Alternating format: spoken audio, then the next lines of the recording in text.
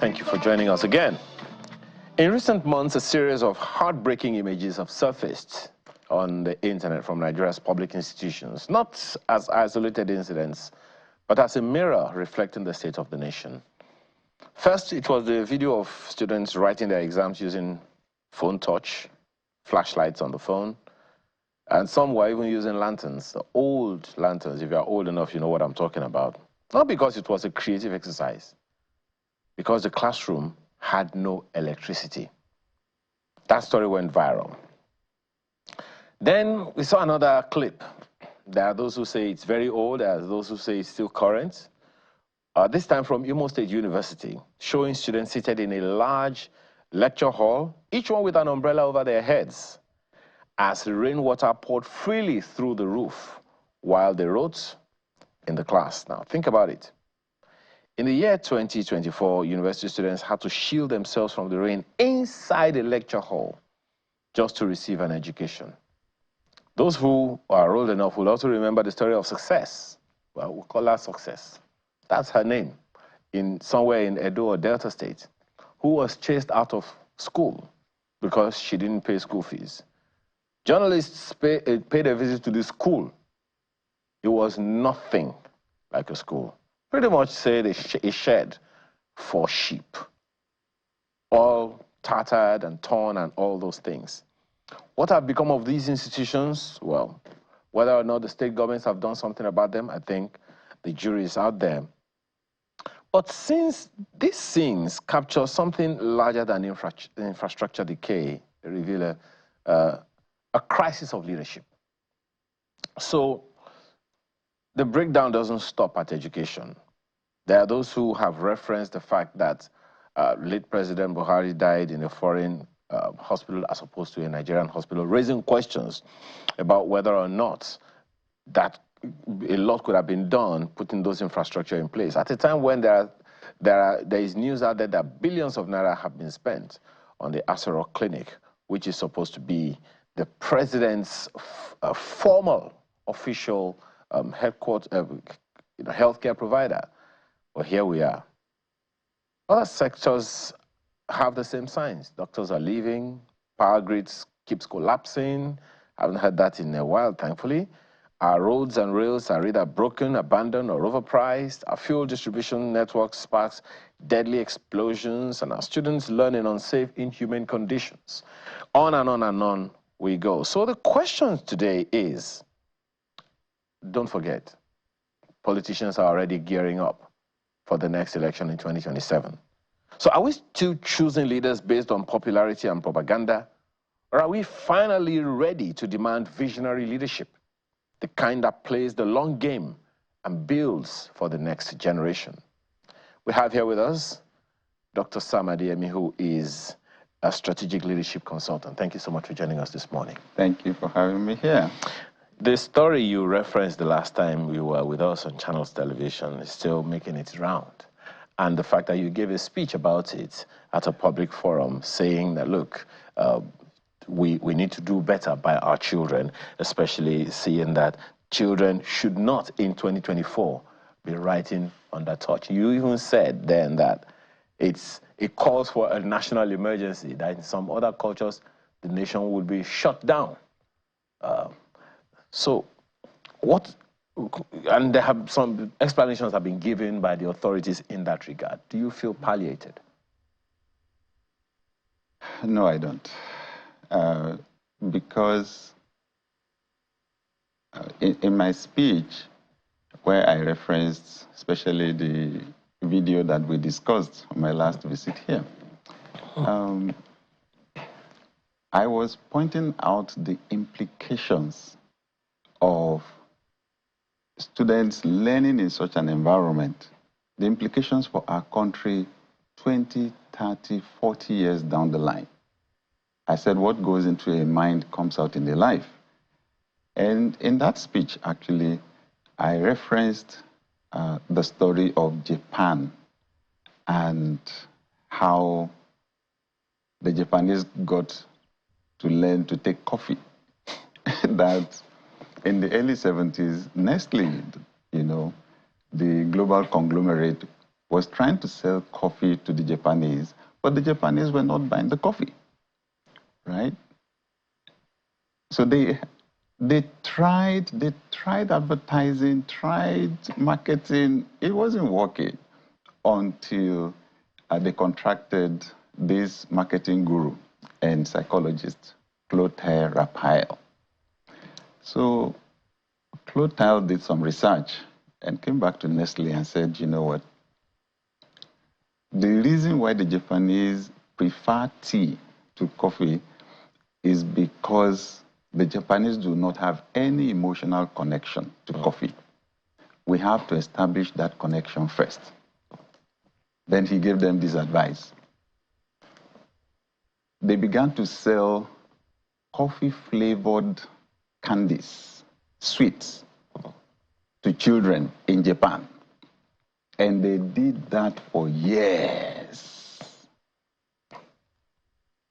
And then fast forward 20, 30 years later, they then came with the coffee, and the Japanese bought the coffee. To the extent that, you know, at the time he wrote his book, which was almost 20 years ago, Japan was importing 500,000 pounds of coffee every year. Yes, they had not gotten rid of the tea completely, but now the Japanese were open to the coffee. They had to condition them. So I was pointing out the fact that we humans are actually programmable creatures, that we are creatures of habit. And once something has become habit for you, we say it's your second nature. If you introduce anything new, any goal, any strategy that is not in alignment with that programming, the programming overwhelms it. It's the reason why many people's New Year resolutions just never work. In fact, within 2-3 years of the new year, a lot of those resolutions 2-3 months. You said 2-3 years. 2 to 3 weeks. Oh, okay. In fact, within 2 to 3 weeks, many of those resolutions have what I call accidents. Now, when you bring a group of people together, group habit is what we call culture. And culture is really powerful. What Nestle did, you know, what they realized was that coffee was not part of Japanese culture. They had to make the drinking of coffee a part of Japanese culture. And to do it, they went down to the children. Because they say by the age of 7, the emotional neural highways in the brain are already established for the average person by the age of 7. So, I said in that speech that having children learn in an atmosphere or environment of mediocrity, you know, is going to create a nostalgia for that mediocrity to the extent that by the time they are adults, even when they become successful, in fact, let's say they're in government, like governors or senators or members of the House of Representatives, and they're now in the elite class, right? They're comfortable. When they see people, right, let's say students in such environments like you referenced, university students having to hold umbrellas in a hall right under a roof because it was raining. The fact that we can entertain it, we can contain it, right? We can adapt to it. It's scary. It's because that's how we were raised. Our neural pathways, those emotional highways created in the brain, you know, were created in that environment, so we can take it. There are people who cannot take it. I gave the example of power supply, right? That when there hasn't been power supply for a long time, and then power comes, we all shout, "Up NEPA." So I said, the people that will bring progress to our country, that will bring the real development that we need, cannot be people that were shouting up NEPA, celebrating NEPA for bringing power after there had not been power for maybe 12 hours or a whole day or more or longer, right? I said it will have to be people that cannot take it. Now, the average Nigerian, right, who has not been out of Nigeria may not even be able to relate with what I'm saying right now. But then there's a gentleman who, drives me, when I'm in the UK. A British gentleman, right? So he was asking me about Nigeria one day, and I was describing, I said, what have you had? So he talked about the power supply thing, so I described it to him. And he was finding it difficult to conceptualize it because he said in the last 20 years, he had not seen the light blink, right? So if we follow the example of Nestle, it means that we actually need to pay attention, especially to the children, right? And put them in those environments that will look like the Nigeria that we need in the future. I'm not seeing that programming yet, and it's scary. But doesn't that also say that we may have been programmed over the years to where we are now? And how do you think that happened? Well, maybe we need to admit the fact that our being undeveloped, our citizens being ignorant, being put in a state where practically all of us have to fight for survival, maybe it's advantageous to some people. Maybe I guess the average person may not have thought about it, but actually it's possible that it is intentional because people ask.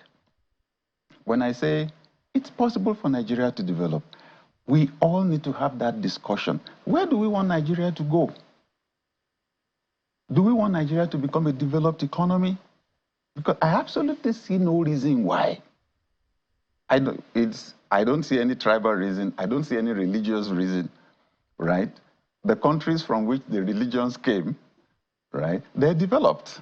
So what's our problem? So the religion is not the excuse. It's not the problem, right? So we need to have that discussion, and we need to have that agreement. Why are we not having it? Why are we not having that national discussion in the first place? Because it is advantageous to some people for things to remain the way they are. The state of power supply, for example, is it of advantage to anyone that we should not have uninterrupted power supply? Or maybe if I was selling power generating sets and now inverters and solar panels, maybe it will not be part of my prayer point that we should have uninterrupted power supply for 24 hours. We need to look at it from that angle. And when it is so, then you realize some people that have leadership capacity to influence, capacity to shape the country, are not doing it the right way. We're not having visionary leaders that have empathy for the average citizen and actually want Nigeria to become a developed economy. We need those kind of leaders now. And Nigerians need to listen, like you said earlier on, so we're approaching another election cycle now. What should we listen for? What should we look out for? What kind of leaders do we need? I say humorously to my friends sometimes, there's this Yoruba proverb that says, the wife that we use dancing skills to marry, eventually somebody with better dancing skills will distract her and take her away one day. So it looks like it's the people that can make the loudest noise that we listen to, right? When the elections come, and then we begin to see all those images on TV, all those songs, the campaigns, we enjoy the singing and all that. It looks like we get carried away with all of that, and we don't really pay attention to the real issues. Nigeria needs to become a developed economy. But that is part of the objective, should I say, the vision of this current president, where he says that, look, it is possible for us to become a $1 trillion economy, as a nation in Nigeria. But what, in your opinion, what do you see as the stumbling blocks to that agenda? The programming of the average Nigerian. The culture will overwhelm our current mindsets, will overwhelm those strategies. The famous management guru Peter Drucker is reputed to have said that culture will eat your strategy for breakfast. I look from a leadership perspective because that's my bias, right? And leadership is not about one person saying, I'm going to do this for the country. It's about influencing everyone to do it, right? So until we sell it as a vision and the average Nigerian has bought it, right? Let's think about it. It's Nigerians actually that are going to build that economy. It's the productivity of the average Nigerian that is going to push our GDP up. You can't build that kind of an economy on citizens that are not educated, first. We can't do it without tweaking our value system, our values. We don't have a culture of excellence yet. Some of those things, those images that we're seeing, the poor quality, they're not about money. They're just about priorities. The fact that we can live in an environment that is not clean, that is not organized, that is not orderly, those are real big issues. Because what we are wasting are the most powerful resources in this world. Time is one of the most powerful resources in this world. So when there's no power supply and let's say the vulcanizer or the electrician or the craftsperson that needs power supply, right, at least at an affordable level to be productive, when they can't work for 6 hours, 8 hours in the course of a day, that's a huge loss for the country. And that's not one person now. You multiply that by thousands of people. When we have potholes on the road and a journey that should have taken you 1 hour is now taking you 4 hours or 5, just take the number of people that traveled through that road that day and multiply them by the 3 hours, that's huge. And yet we're not going to, so as long as we can endure it, so the average person actually goes through that road every day and can endure it, there's a big problem. Okay. So when we shift the value system, right, shift what is important, shift the standards, that's when it will be possible to accomplish those values. But you're right? Going to still, expound a little more on that question, and here is why.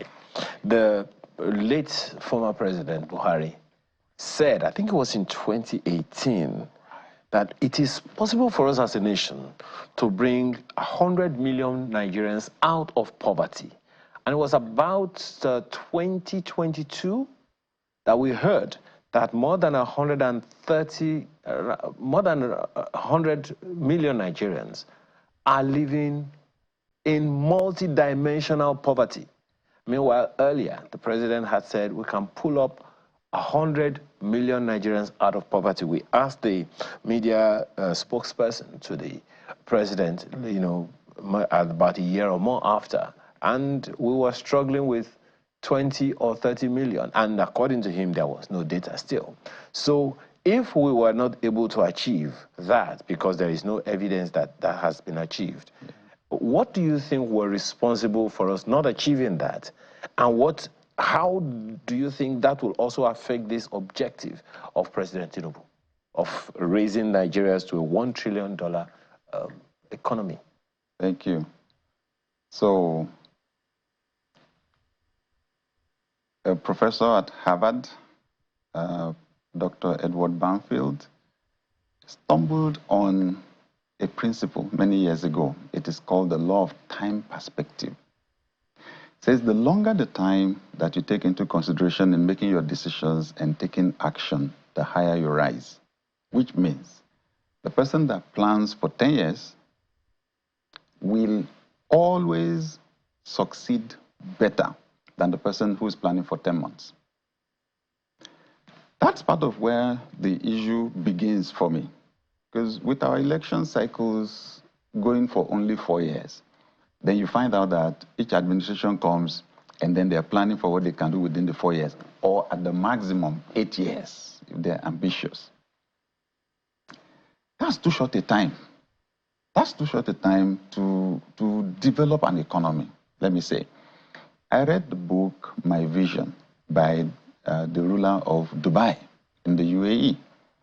And he wrote about how his father would take him when he was a young man, when he was a teenager, took him, to this bare land. The UAE is a desert, right? It's in the desert. And the old man took him to this bare land near the sea and was painting a picture for him, how he saw in the future they would build a deep sea port and that it will be one of the largest in the world and all of that. And the man said he knew that would not be accomplished in his lifetime, but he was just preparing him because it was important. It was a very important project.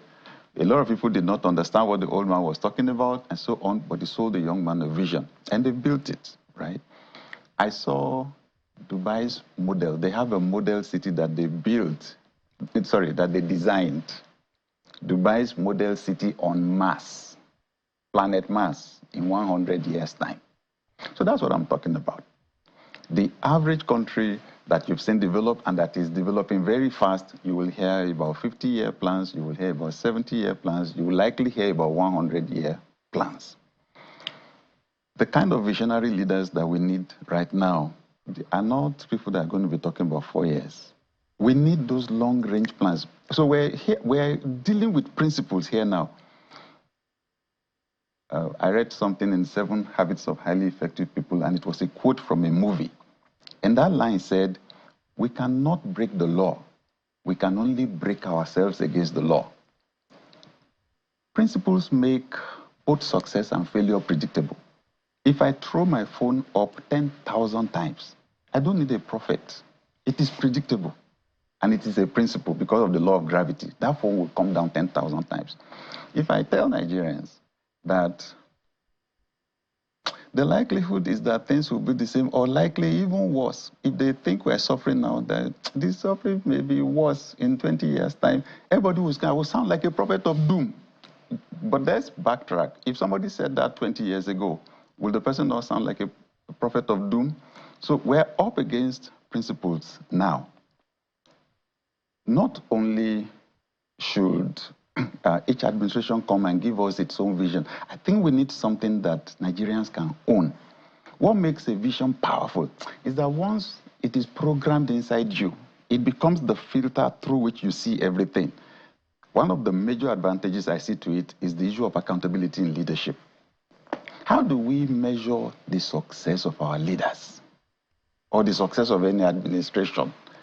We just say they are trying, they are trying. Somebody sinks a borehole and puts it there. If they do the things they are supposed to do, and we're busy celebrating and cheering, that's what I'm talking about. That's mediocrity, right? So this vision thing, long-term vision, especially for development, right? It will be the basis for evaluation for us, and it will be the basis for accountability. We need. And this accountability thing is not yet part of our culture, leadership culture. If I draw on Yoruba culture, one of the names that we used to describe our kings is Kabiesi or Kabiosi, which is you are not accountable to anybody. Nobody should query you for anything. We don't realize it, but if you were raised in that culture, it's already programmed into, it was programmed into you before you were 7, right? Before you were through 7. You don't query an elder. There was a day, my dad used to play lawn tennis when I was young, when I was very young. So anytime he got on his motorbike and he would be in this white shirt and white short, smart, with his racket. Then I would say, I want to go with you. He would say, wait for me, I'll come back and pick you. He never did. So this particular day, when he told me that, I said, you are lying. I said it in Yoruba language. I just saw my mom's hand swinging in my direction. She was going to whack my face. I dodged her. She said, they don't say that an elder, I told a lie. They don't say that an elder lied. That's Anki. That's Anki, right? So what are we going to do now? So I'm just saying the way we were socialized, that accountability thing is not there. I'm not only talking about citizens now, I'm also talking about leadership. By the time you also become a leader, it will be strange to you for people to ask you, what are you doing with our money? Where you said you were going, your campaign promise, have you kept it? You know, for us to have, we say there is freedom of speech, freedom of association, but if some people gather together and they say they want to do protest, we feel, why? Are they crazy? What are they trying to do? And we're alarmed. But we have to be able to hold leaders accountable. If you have power that is limitless, that nobody can challenge, Lord Acton said, it makes us corruptible. But I think it's different from this generation, because you tell a child today, go to your room and say, why? I think this generation, they're going to have it different. So leading me to the question, how then do you see this national programming, if I can use it? How then do you see it happening? How do you propose that it happens? Because the leadership trust is at an all-time low. Anyone who is in government, even if the person was in opposition, was an Aluta fellow, and just suddenly gets into government, the moment you get into government, you have become one of them. I remember, I think it was the CEO of Budget, you know, was engaged by the federal government for some things, and people were up in arms. Don't go and join them, come and stay with us here, and all of those things. And then the gentleman had to resign, and of course, found a way to keep working in government in the interest of the nation. So how do we then begin this process?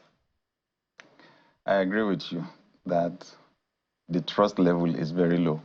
I empathize for people who get into government now, because I just imagine how frustrating it must be for them to see their reputation torn apart on social media these days, right? I proposed in my book, Shifts, 6 steps to transform your mindset and elevate your leadership, how really to shift people's mindsets, first at an individual level, and then in teams and organizations. And I actually proposed a way to apply the methodology to whole nations. And honestly, I'm really looking forward to us being able to apply these principles to the transformation of nations. And it's just a basic principle that I stumbled on, that whatever you see and hear consistently over time is what will enter your heart. Literally, that's how the programming happens. The platforms that do that programming, you know, or through which the programming happens, let's think about it. That's why the media is powerful.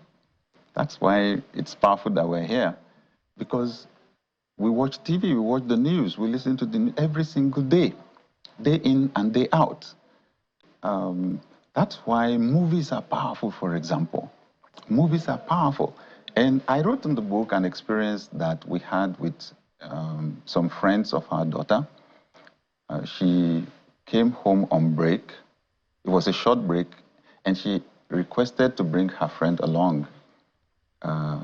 This was in the US, and her friend came from Croatia.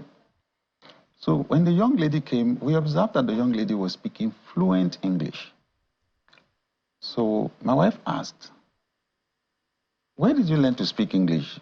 Because you did your primary school in Croatia. Did they teach you in English there? She said, no. So how did you learn to speak English? She said, oh, by watching American movies. That got my attention. And then they said they were going shopping. On the way, they said we should please pick one of their friends who was also staying with another family. That one came from Vietnam. When she came into the car, the young lady was speaking not only fluent English, but pure American accent. So my wife asked her the same question. She said, oh, by watching American movies. Now that made a very strong impression on me. The movies are powerful, right?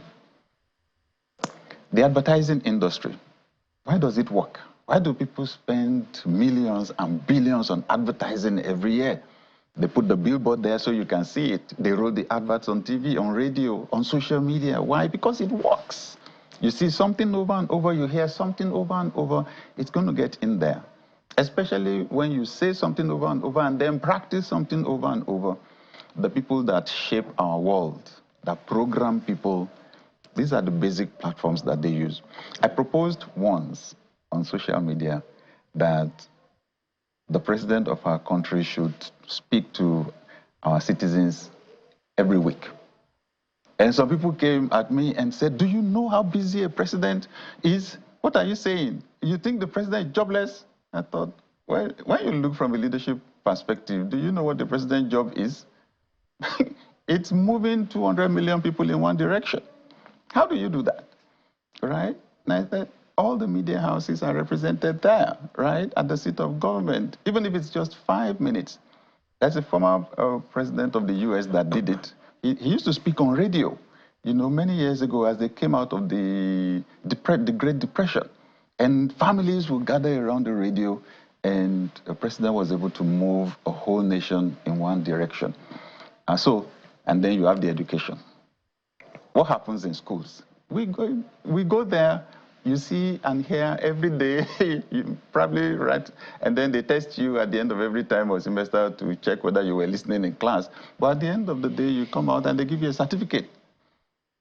I am strongly recommending that we use all those platforms. I must add religion. I must add the platform of religion because I also play in that space.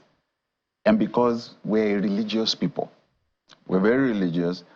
And we hold our religious leaders in awe. When we listen, when we listen to them, we don't listen the way we listen to leaders in government. We listen to them as representatives of God. So whatever they say, we absorb. And right now, I'm just asking all the leaders in the religious space, what exactly are we saying? Is it in alignment? And that's where the big issue is. If we've not yet agreed on that vision of development, however far it's going to be, 50 years or 100 years, if we've not agreed, all these platforms will not be able to project these messages. So the religious one is also powerful. So I'm saying it's not only government, right? All of us as citizens need to begin to push this idea that our country, this suffering is too much. The data is scary. All of us can feel it. Like I said, I lead in church, right? And I know how over the last few years, the demands, the requests from church members for food, you know, basic to meet basic needs, to pay children's school fees, rent, it's exploded. It's multiplied many times over. This suffering is much. And I want to say to all of us, where we are now is not good. Where we're going, if we don't change the trajectory, it's going to be even worse. So we all need to push for that discussion. All of us need to discuss. It doesn't matter. Hunger does not have any religion and it has no tribe. This suffering, somebody sang this song in Yoruba many years ago. Suffering is not stew. God, don't give me suffering, right? Have we not suffered enough? It's time. We need a shift in a different direction. And I want to challenge all of us that operate in those spaces. I don't need government permission to teach or to preach in church, right? And then I have all these followers on social media. Our entertainers, people in the entertainment space, should just do a little bit more than entertain us. They should also influence us. They should lead us, right? So those in the media space, we need to leverage, and I was listening to Mr. Fashola earlier on talking about the major changes that have happened in the media space. That phone that each person holds now your TV station, that's your radio station now. Not only for receiving, you can also broadcast. Can all of us actually push for us to have this national conversation and probably even go a step further and begin to paint those pictures of what Nigeria will look like when it is developed? It is when citizens demand for it. That's when the people in government will have to supply it. But, you know, those people in government that you see, they are angling for the next election in 2 years. This whole leadership shift, mind shift, from what we can see, is not part of their agenda right now. Over the past 26 years of this republic, it's been quite a significant number of people who started in 1999 that are still, making the rounds here, who were governors and now senators, now president, vice president, and the rest of them over the past 26 years. And it would seem like it's almost like the same of the same. So if in the process of engaging Nigerians, what are the things that should be insisted on? Needless to say, politicians, as they say, politicians will be politicians, and they will do what politicians do all the time. So what in the engagement process? Because I know that, some of these people are also very tech savvy. I mean, the former presidential candidate of the PDP and presidential candidate of the Labour Party in the last election, both of them are very active on X and a number of other social platforms like that. So in the engagement process of all these aspirations, including that of the president and whoever else, what should the agenda be? What should the demand be that people will be making from them? Thank you very much. I think this is a very important subject here. What demand should people make? Because if we will apply the basic principles that work in the market, you can't insist on selling what you like to eat. You will eat it alone. You find out what the people want to eat and you sell it. That's where the big challenge is. It's a demand and supply thing. So there are good-hearted people who have gone into government. But what would you do if you know that you go out there on the campaign trail and you're talking, it's vision, vision, vision you're talking about, you don't share rice, you don't share, you don't address people's basic survival needs. You will lose the election. Then what have you achieved? So at the end of the day, they realize they have to pander to the needs, to the demands, right, or the wants of the market. So that's why this demand side is so important, that we speak to Nigerians. Very soon, the people in politics are going to come out with their messages. And I should warn Nigerians ahead. This next cycle is going to be extraordinary when it comes to the messaging. Messages we're going to hear, because artificial intelligence is here. AI is here. The messages are going to come at us sophisticated, right, from all angles, right? So we Nigerians need to be clear. Like you said, it's been 26 years now in this political dispensation, this democratic dispensation. And it's the same. It's amazing how we raise our hopes up. The hopes just go up as we approach the elections.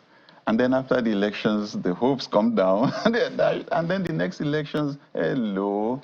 Somebody said, for us to do things the way we have always done them and to expect different results is one of the definitions of insanity. We should not be collectively crazy, right? Something needs to change. I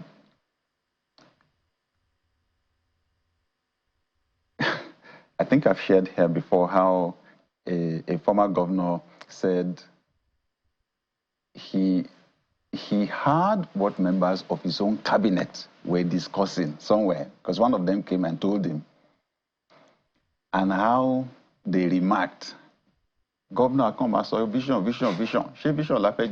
The governor will just be talking about vision, vision. Is it vision we want to eat? So this ex-governor was saying to me, just imagine, those are members of my own cabinet. We're not talking about the citizens now, members of the cabinet. It is survival. It is what to eat. That is of priority to them more than the vision.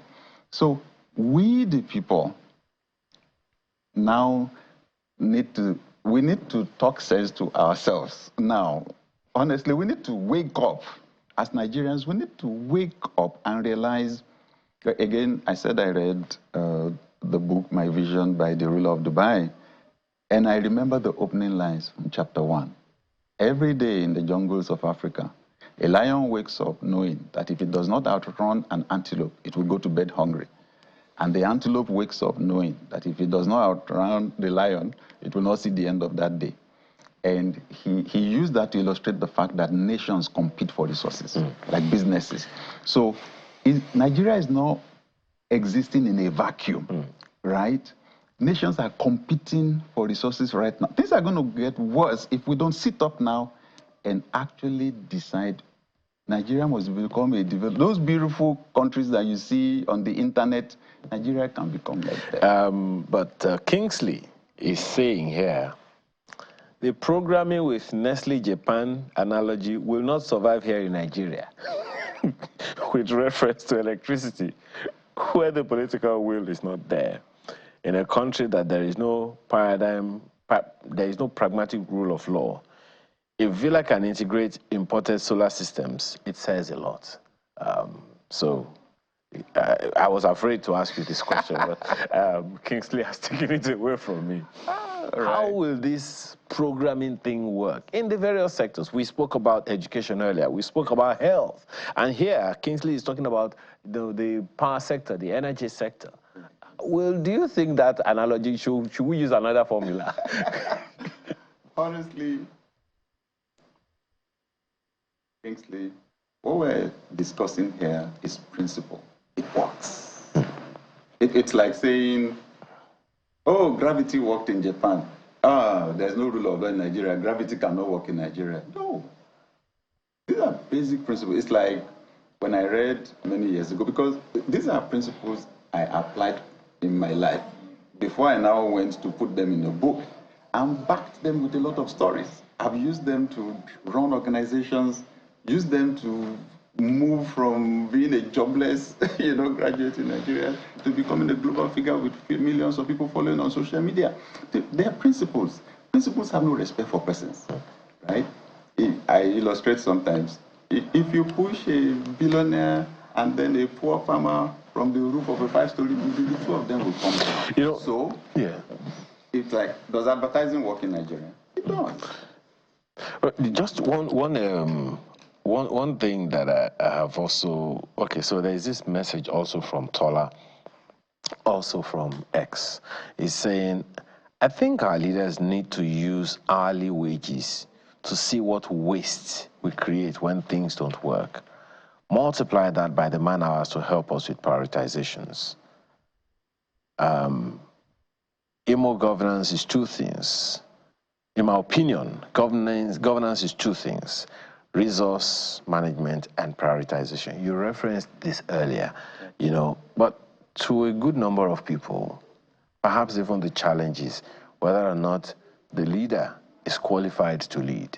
Some people find themselves in governance, and you once said that being in government does not make you a leader. And so I'm not sure the number of people understand that. So how do we make that transition? Everybody wants to see you. Years ago, some 10, 20 years ago, you came up with those images of what an Oshodi would look like. And when in the days of Fashola, Oshodi cleared up, no one believed that was Oshodi. And so the first thing that crossed my mind, hey, wait a minute. Did someone show Mr. Fashola some Adeyemi's, what's that, globe that they used, to see things, crystal ball of some Adeyemi to create this Oshodi. So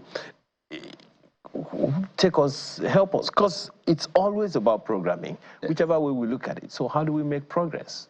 Thank you. I'm hearing something from the comments. Our learned state of helplessness and powerlessness. I'm hearing it. It's actually part of our culture. We can't help it. We're at the mercy of our leaders. We're powerless. So I've been on a huge campaign. I run this live program on the internet every week, almost every Monday, where I tell people the definition of leadership has changed. That belief that only few people are born to lead, everybody else is born to follow, those theories died a long time ago, because the definition of leadership has shifted. It's not occupying a position. It is the ability to influence one or more people to achieve goals. Therefore, all of us can lead. all of us have the potential to influence. It's just that when you have that mindset, that it is the people that occupy those high positions in government and maybe the business world, those are our leaders. The rest of us are not leaders. What happens is you abandon your responsibility to develop your influence and to deploy, to use the influence. Let me ask a question. Let me say again, I've said it in public, and I'll ask that question again that Pastor E. Adeyemi asked me many years ago. That rare, once-in-a-lifetime occasion that we had to sit next to each other on a flight. And I used the opportunity. And it was Nigeria I was asking him about, right? Because that's what I'm passionate about. He said, if you have a group of armed robbers and they had the opportunity to elect a leader, will they elect a policeman? I was stunned, right? I wrote it down. And I would eventually meet that same concept during my doctoral program in strategic leadership. That when a group has the opportunity to elect a leader, it will elect the person that approximates the ideal model of that group, of that leader. Forget the people in office, in leadership, at the top, in government. They will never be better than the quality of the majority of us as citizens. Sad to say, I'm sorry, right? I'm saying now, so as we're discussing this, I know our minds are going to the people in government, and I'm saying the people in government themselves are powerless. They find out when they want to shift things, even us, the citizens, because we don't, that development, like the Japan story, the flavor for development is not, it's not part of our programming. The average Nigerian that is 21 years old or younger probably doesn't know what a post office looks like, not to talk of how it runs. That's what I'm talking about. So when you say development, how does the person even conceptualize? One, here, we will really need to depend on our people in the diaspora, our people who are living in developed economies. We need them to speak up. We need them to tell a lot of stories. We need them to describe the process for getting a driving license in London. Describe the process for getting the driving license in Amsterdam. Let's get it here, because what we are used to here, one of our staff, right, one of my assistants tells me he applied for a driving license 2 years ago. He got a slip that was to last for 3 months. At the end of the 3 months, his license was not ready, so they told him to renew it.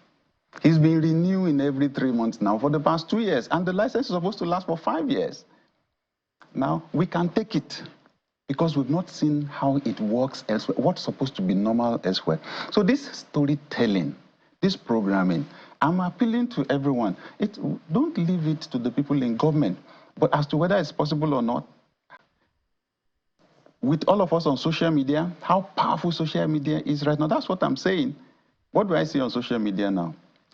Fighting, quarreling, especially this ethnic thing, and then the political one across the parties, bitter communication. I say, oh my God, this is not going to build any future for our country. Can we leverage those opportunities that we have now? And that's where the leadership comes in. So let's use social media as an example. So some people have 5 followers, some have 50. But we must admit, some people have 1 million, some have 5 million, some have 10 million. Can we appeal to ourselves as citizens of this country to stop being slaves in our own country? Stop being powerless. Power is first imagined. We're waiting for somebody to give us the power, for someone to... Actually, power is first imagined. And the amazing thing, when you ask people in government, they will tell you the truth. They may not be afraid. I honestly don't see who the politician in Nigeria, especially the one in government, will be afraid of now, except Nigerians in large numbers. Nigerians in large numbers. That's my appeal. Okay. I have to ask you this one before we go. 2 things, actually. One, you said earlier that 4 years is too short for any meaningful development to take place. But that is what our Constitution says now. So And you said also, which is the way it is, maximum 8 years for any executive. But the legislatures, I don't think there is a limit to the legislators for now.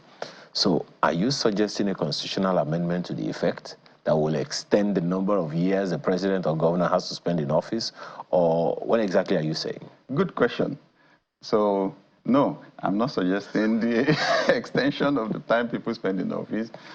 I'm just saying that we should have such a long-term vision that whoever comes into government Will fall in line with. Yes, they should just take us further, right? Whatever the party, we expect them to have differences in ideologies. Presently, we don't see the ideologies except their own survival now, but we expect there may be differences in ideologies, but generally, within those 4 years, if you take us some steps further, that'll be fine by us. Okay. Last one.